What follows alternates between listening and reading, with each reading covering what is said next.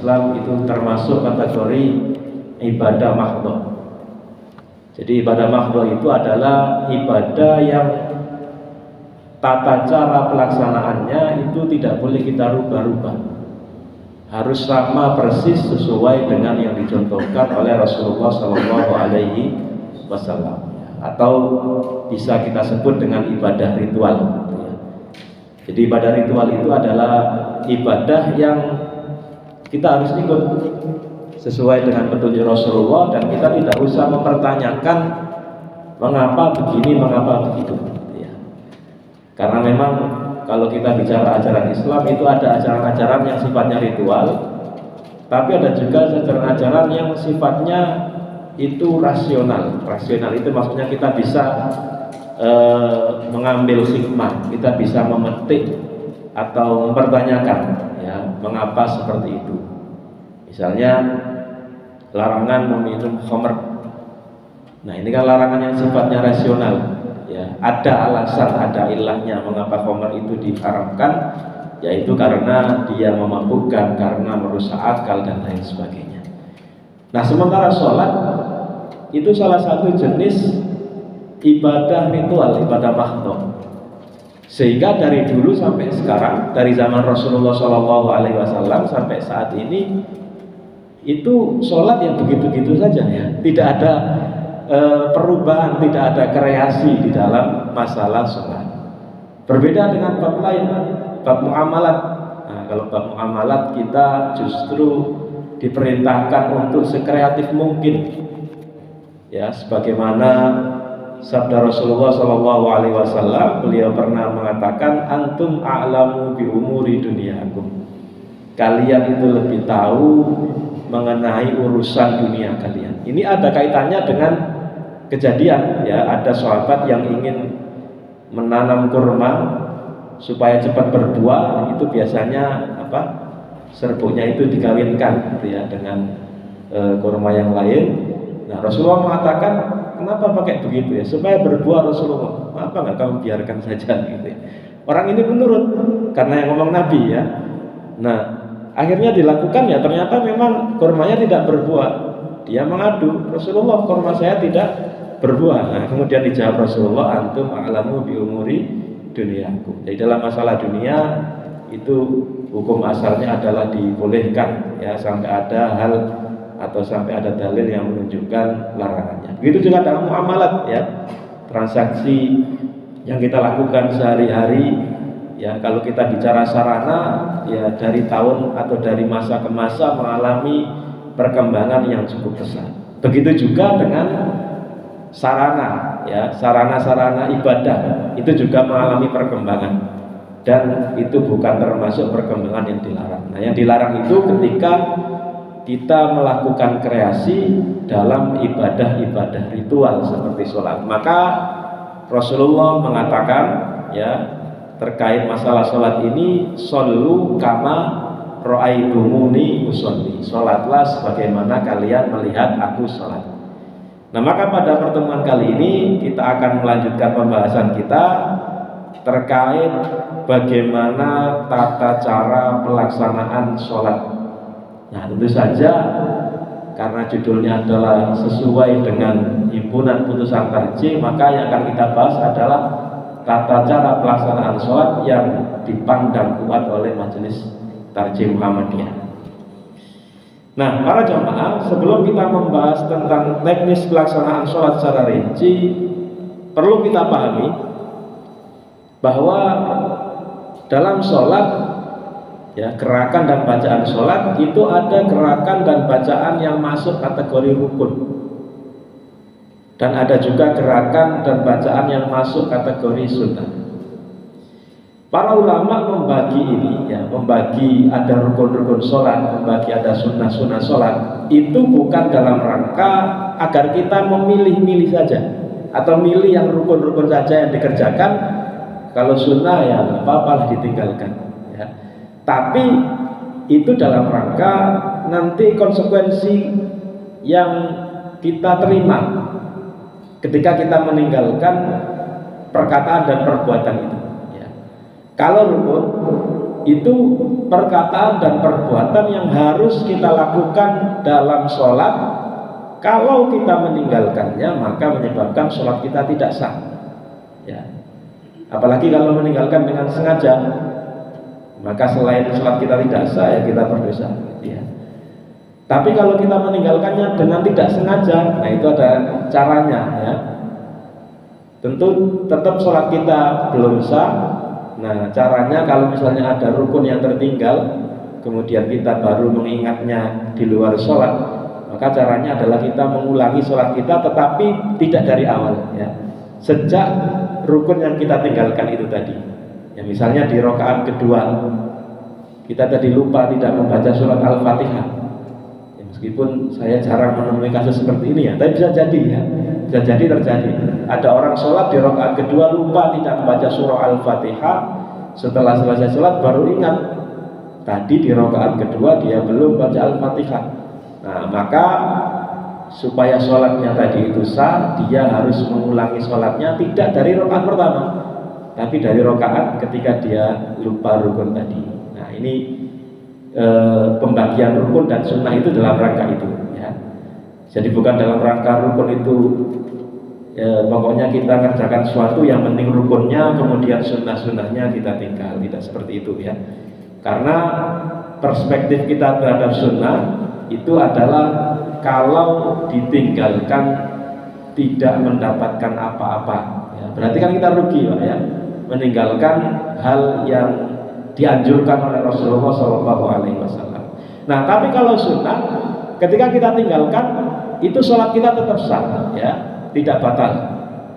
Meskipun nanti ada jenis-jenis sunnah tertentu yang kalau kita tinggalkan kita harus sujud sahwi, seperti misalnya tasyahud awal, ya, duduk tasyahud awal dan baca tasyahud awal setelah sholawatnya. Itu kalau kita lupa, misalnya tadi kita sholat maghrib, kemudian kita lupa tidak tasyahud awal di rakaat kedua, dari rakaat kedua kita langsung bangkit, misalnya kita sholat sendirian, ya, kita langsung bangkit. Nah ketika kita di rakaat ketiga kita sudah baca surat Al-Fatihah misalnya, baru ingat, ini kan saya rakaat ketiga tadi lupa tidak tasyahud awal, maka tetap lanjutkan saja sholatnya, ya, tidak perlu balik ke tasyahud awal. Hanya saja nanti di akhir sholat kita diperintahkan untuk sujud sahwi, ya, karena ini pernah dilakukan oleh Rasulullah SAW, ya. Rasulullah juga pernah lupa, dan ketika lupa tasyahud awal beliau tidak mengulangi sholatnya dari awal, tapi beliau kemudian sujud sahwi. Nah situ, ya. Nah tapi kalau sunnah-sunnah yang lain, itu konsekuensinya kalau kita tinggalkan tidak menyebabkan sholat kita batal dan tidak perlu sujud sahwi. Misalnya doa iftitah, ya, lupa tidak baca doa iftitah, kemudian zikir ketika atau doa ruku, doa sujud misalnya lupa tidak kita baca, itu kalau kita lupa atau kita tinggalkan dengan sengaja, sholat kita tetap sah, ya, dan tidak perlu sujud sahwi. Hanya saja sholat yang kita lakukan kurang sempurna. Baik, nah kurang lebih ini rukun-rukun dan sunnah-sunnah sholat. Kurang lebih ada 14, ya, rukun sholat yang disepakati oleh mayoritas ulama. Ada niat, kemudian takbiratul ihram, berdiri bagi yang mampu, membaca Al-Fatihah, rukuk. Nah ini rukuknya, ya, gerakan rukuknya, i'tidal, sujud, kemudian duduk di antara dua sujud, duduk tahiyat akhir. Nah ini bacaan tasyahud, ini tasyahud akhir, ya, di tahiyat akhir beserta sholawatnya, salam. Nah yang 13 ini yang penting juga, tumak nina, ya, tumak nina ini penting. Tumak nina itu artinya kita tidak buru-buru, ya, ketika sholat, ya, kita sholat dengan tenang, baik ketika ruku, ketika i'tidal, ketika sujud, ataupun ketika duduk di antara dua sujud. Lalu yang terakhir adalah tertib, ya. Ini adalah rukun-rukun sholat yang disepakati oleh mayoritas ulama. Kemudian sunnah-sunnah ada banyak, ya. Nah, nanti insya Allah kita secara lebih detail supaya praktis kita bahas di prakteknya langsung, ya. Saya sebutkan secara singkat, misalnya mengangkat tangan ketika takbiratul ihram atau takbir intikal, ya, takbir perpindahan. Takbirnya itu rukun, ya, bacaan takbir mengucapkan Allahu Akbarnya rukun, tapi angkat tangannya itu sunnah. Lalu bersedekap, meletakkan tangan kanan di atas punggung tangan kiri, membaca iftitah, membaca isti'adzah, ya'udzubillahi minasyaitonirrajim, membaca amin, ya, itu juga termasuk sunnah. Membaca ayat Al-Quran setelah Al-Fatihah, ya, di 2 rakaat pertama, itu juga sunnah sholat. Kemudian baca takbir ketika perpindahan gerakan dan membaca doa ruku, membaca tasmih. Tasmih itu membaca Sami'allahu liman hamidah. Dan tahmid, nah, tahmid itu setelah i'tidal kita baca Rabbana walakal hamdu. Kemudian membaca doa i'tidal, ya, ini ya tahmid ini tadi. Membaca tasbih ketika sujud. Nah, baca tasbih ketika sujud, duduk di antara 2 sujud dan berdoa ketika itu, duduk tasyahud awal, membaca shalawat Ibrahimiyah, ya Allahumma sholli ala Muhammad dan seterusnya itu. Kemudian berdoa setelah tasyahud sebelum salam, menoleh ke kanan dan kiri saat salam. Nah, ini yang di dalam sholat, ya. Kemudian yang di luar sholat, berzikir usai salam, dan yang terakhir meletakkan sutro. Nah, sutro itu pembatas di depan orang yang sholat. Jadi meletakkan sutro itu tidak termasuk rukun sholat. Nah, seandainya kita sholat lalu tidak pakai sutro di depan, itu tidak masalah sholat kita. Dan orang yang melewat depan orang yang sholat itu batasnya itu sampai jaraknya itu posisi dia sujud, gitu ya. Jadi misalnya tidak pakai sutro, kemudian lewat depannya, seandainya dia sujud tidak kena orang ini, itu tidak masalah, ya. Jadi sutro itu tidak wajib, tapi hukumnya salah satu sunnah sholat. Baik, jadi ini kurang lebih sunnah-sunnah dan rukun-rukun sholat. Nah, kita akan bahas lebih rinci, ya, terkait tata cara pelaksanaan sholat ini. Kalau di Penan Putusan Tarjih baik jilid 1 atau jilid 2 itu memang tidak disebutkan mana yang rukun dan mana yang sunnah, ya. Karena memang tujuan disusunnya HPT ini adalah sebagai panduan praktis, gitu ya, agar para warga Muhammadiyah itu ketika praktek sholat bisa praktek dengan baik. Nah, tapi kalau kita merujuk ke referensi-referensi yang lain, memang ada pembagian ini karena nanti terkait dengan tadi, ya, konsekuensi dan akibat yang ditinggalkan, akibat yang diakibatkan kalau kita meninggalkan gerakan dan bacaan tersebut. Baik, kita mulai dengan yang pertama. Ini contoh, ya, ini misalnya sholat maghrib 3 rakaat.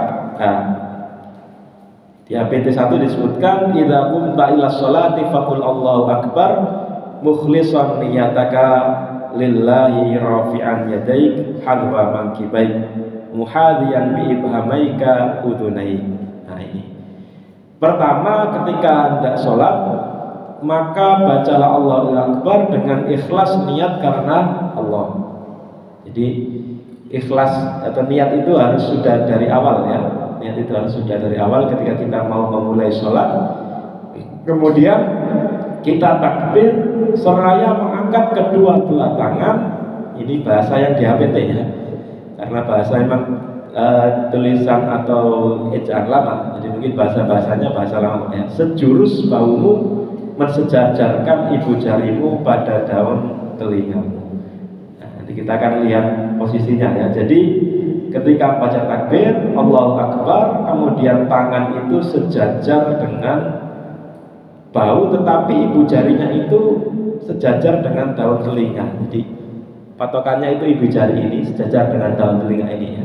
Jadi tidak terlalu ke bawah juga tidak terlalu ke atas, ya. Jadi seperti ini takbirnya, ya. Jadi patokannya ibu jari sejajar dengan telinga bagian bawah, ya. Jadi tidak terlalu ke bawah seperti ini, juga tidak terlalu ke atas.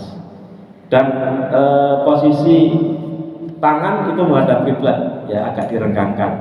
Jadi tidak seperti ini, ya. Jadi tidak seperti ini, tapi menghadap kiblat seperti ini. Nah ini berdiri tegak ya, berdiri tegak menghadap kiblat dan berniat ikhlas.